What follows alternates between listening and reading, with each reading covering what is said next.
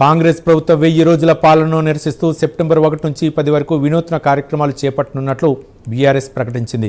September 1న Telangana భవన్లో ప్రభుత్వ వైఫల్యాలపై chargesheet లోగోను ఆవిష్కరించనుంది.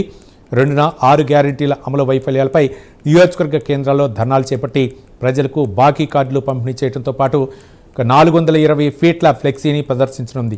3న వ్యవసాయం, 22A విద్యుత్, యూరియా, రైతు బీమా అంశాలపై రాష్ట్ర వ్యాప్తంగా ధర్నాలు నిర్వహించనుంది. 4న వృద్ధులు, వికలాంగులతో సదస్సులు నిర్వహించడంతో పాటు మహిళలకు ఇచ్చిన హామీలపై వంటావార్పు చేపట్టనుంది. 5న fees reimbursement, job calendar, youth declaration అమలుపై ర్యాలీలు, సింగరేణి ప్రాంతాల్లో ప్రత్యేక నిరసనలు నిర్వహించనుంది.